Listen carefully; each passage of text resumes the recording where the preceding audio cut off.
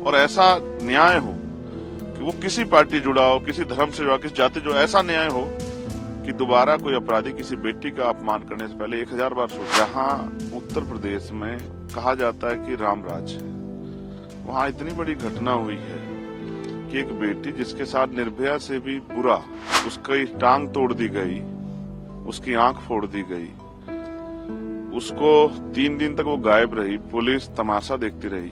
प्रधानमंत्री जी मेरे याद है वो कहते थे कि दलितों को मत मारो, मुझे मार लो, बेटी तो बेटी होती है। मैं काफी देर से यहाँ बैठा हूँ, उसका कारण ये है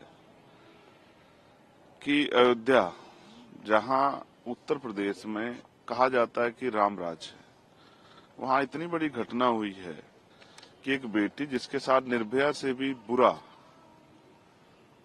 मैं आज याद करता हूं दिल्ली में जब निर्भया के साथ ये हुआ था, तब भी हम निःशब्द थे और आज भी हम निःशब्द हैं।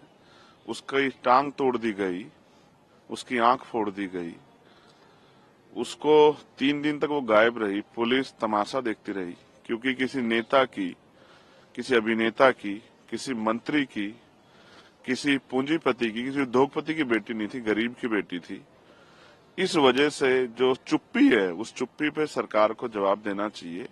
वो जिस दशा में मिली थी, खून से लथपथ, अभी तक पुलिस के हाथ खाली हैं। 3 दिन तक उसकी सर्च नहीं किया गया क्योंकि वो बेटी दलित की थी, वो बेटी अयोध्या की थी। तो मैं सरकार से पूछने का काम कर रहा हूँ। और इवन प्रधानमंत्री जी मेरे याद है वो कहते थे कि दलितों को मत मारो, मुझे मार लो, बेटी तो बेटी होती है। आज क्यों चुप्पी है?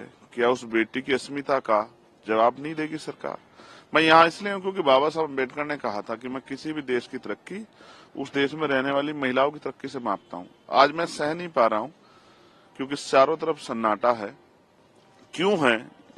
जाति व्यवस्था की देन है या मीडिया सरकारों के खिलाफ आवाज नहीं उठनी चाहिए? बहुत सारे सवाल है, उनको लेकर मैं बाबा साहब अम्बेडकर की शरण में हूँ, क्योंकि जब जब मैं कमजोर पड़ता हूँ, जब मैं दुखी होता हूँ, तो उन्हीं की शरण में जाता हूँ कि वो मुझे मेरे जो अधिकार हैं, मेरे कर्तव्य हैं, उनको पूर्ण रूप से निर्वहन करने की शक्ति दें कि मैं उनका सही प्रयोग कर सकूं।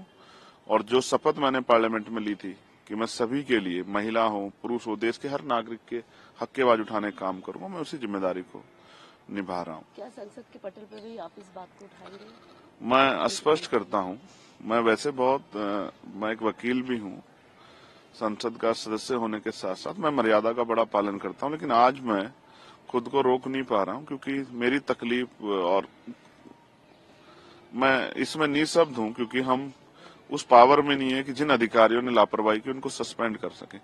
लेकिन बेटी की रक्षा के लिए, उसको न्याय दिलाने के लिए, उसकी मां के आंसू पूछने के लिए, उसके परिवार को विश्वास दिलाने के लिए, और सिर्फ उसके नहीं, पूरे प्रदेश की बेटियों को, देश की बेटियों को विश्वास दिलाने के लिए कोई है जो जब बेटियों के अपमान पर चुप रहेगा, मैं अपनी ड्यूटी कर रहा हूँ। पार्लियामेंट में भी मैंने अर्जेंट मोशन भी दिया है कि इस विषय पे चर्चा हो, और नहीं चर्चा होगी तो जो भी मुझसे बन पड़ेगा मैं उस तरह से उसके आवाज को उठाने का काम करूंगा। मेरे लिए महत्वपूर्ण है कि बेटी के सम्मान की, और ऐसा न्याय हो कि वो किसी पार्टी जुड़ा हो, किसी धर्म से जुड़ा, किसी जाति जुड़ा, ऐसा न्याय हो कि दोबारा कोई अपराधी किसी बेटी का अपमान करने से पहले 1000 बार सोचे। इसको सुनिश्चित कराने के लिए आज मैं यहाँ बैठा हूँ। हमसे जुड़े रहने के लिए हमारे YouTube चैनल को सब्सक्राइब करें और नई वीडियो की नोटिफिकेशन के लिए बेल आइकॉन को दबाएं। अगर आप ये वीडियो Facebook पर देख रहे हैं तो लाइक जरूर करें और ज्यादा से ज्यादा शेयर करें। धन्यवाद।